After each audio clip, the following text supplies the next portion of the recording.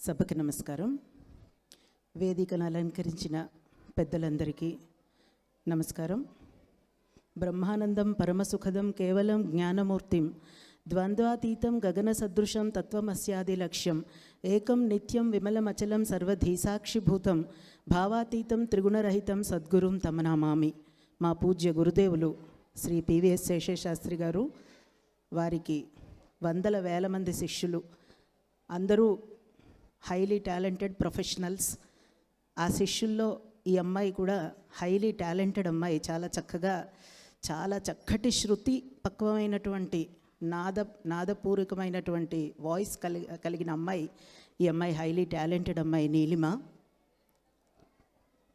మనకి సంగీత చరిత్రలో త్రిమూర్తుల సంగీతం, త్రిమూర్తుల తర్వాత సంగీతం, త్రిమూర్తుల ముందర సంగీతం, త్రిమూర్తుల కాలంలో ఉన్న సంగీతం, సంగీత చరిత్ర చూసుకుంటే సంగీత త్రిమూర్తులు అంటే త్యాగరాజు గారు, దీక్షితార్ గారు, శ్యామశాస్త్రి గారు.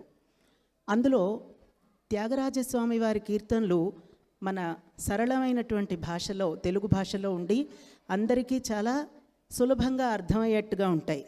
ముత్తుస్వామి దీక్షితుల వారి సంగీతం సంస్కృత భాష వల్ల, కఠినమైన క్లిష్టమైన తాళాల వల్ల అది అందరికీ అర్థమయ్యేటట్టుగా ఉండదు. కానీ మహావిద్వాంసులు దీక్షితుల వారు కానీ, త్రిమూర్తులు ముగ్గురు కూడా వాళ్ళు జ్ఞాన సంపన్నులు, కారణజన్ములు. వాళ్ళ మేధస్సు, వాళ్ళ విద్వత్తు సామాన్యులకు అందేట్టుగా ఉండదు. కానీ త్యాగరాజు గారు ఎంచుకున్న సరళి సామాన్య మానవులకు అర్థమయ్యేటట్టుగా ఎంచుకున్నారు. కానీ దీక్షితుల వారు మొత్తం అంతా శాస్త్రమే. దీక్షితుల వారి సాహిత్యం అంతా శాస్త్రమే. ఏ పాండిత్యం అయితే మనం ఒక వేదం చదువుకుంటే, లేదా ఒక జ్యోతిష శాస్త్రం, గణిత శాస్త్రం, ఎన్నో 14-15 శాస్త్రాల్లో పండితులు, మహాపండితులు దీక్షితుల వారు. అలాంటి దీక్షితుల వారు ఈ పిల్లల కోసం ఎంత సులభమైన సరళమైన కంపోజిషన్స్ చేశారంటే, వారు ఎంత ఆలోచించారో భవిష్యత్తు గురించి చూడండి. ఇవాళ నొట్టు స్వరాలు వింటుంటే ఆశ్చర్యం వేసింది. దీక్షితుల వారి పాండిత్య ప్రతిభ ఏమిటి? ఇంత సులభమైన చంటి పిల్లలు ఇవాళ ఎంత చక్కగా పాడేయగలిగేటటువంటి రచనలు ముత్తుస్వామి దీక్షితుల వారు చేశారు. ఎంత గొప్ప ఆలోచన, ఎంత గొప్ప భవిష్యత్ దర్శనం వారు చేశారో చూడండి. ఇవాళ విశేషం ఏమిటంటే, దీక్షితుల వారు అమ్మవారు ఉపాసకులు కదా. అమ్మవారుకి 9 సంఖ్యకి చాలా అవినాభావ సంబంధం. నవావరణ కీర్తనలు, అమ్మవారు నవావరణాలు, శ్రీచక్రంలో నవావరణ అర్చన చేస్తాం మనం. ఇవాళ పార్టిసిపేట్ చేస్తున్న స్కూల్స్ 9 స్కూల్స్లో ఇంతమంది విద్యార్థులు, వందల మంది విద్యార్థులు ఇలా అమ్మవారి ఉపాసనని వారు సులభంగా, చక్కగా, సింపుల్గా నేర్చుకుని ప్రదర్శించడం. ఇవాళ మనం నవరాత్రులు జరుపుకుంటాం. దసరాకి నవరాత్రులు, దేవి నవరాత్రులు, శ్రీరామనవమి సందర్భంగా నవరాత్రులు చేసుకుంటాం, బొమ్మల కొలువులు పెట్టుకుంటాం.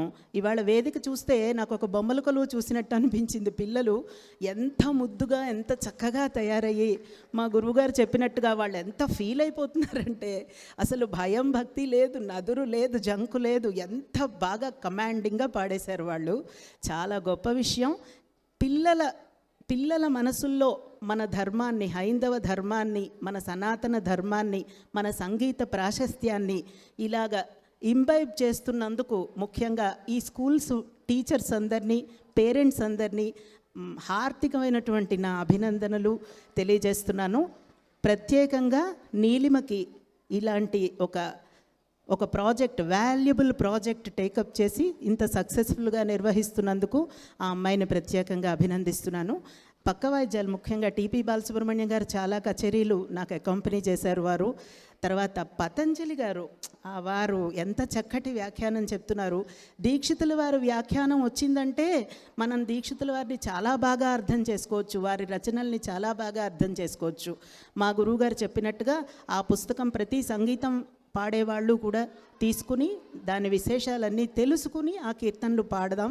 అందరం ఆ ప్రయత్నం తప్పకుండా చేద్దామని సభాముఖంగా తెలియజేసుకుంటూ నాకు ఈ అవకాశం ఇచ్చినందుకు నీలిమని మరొక్కసారి ప్రత్యేకంగా అభినందిస్తూ సెలవు. నమస్కారం.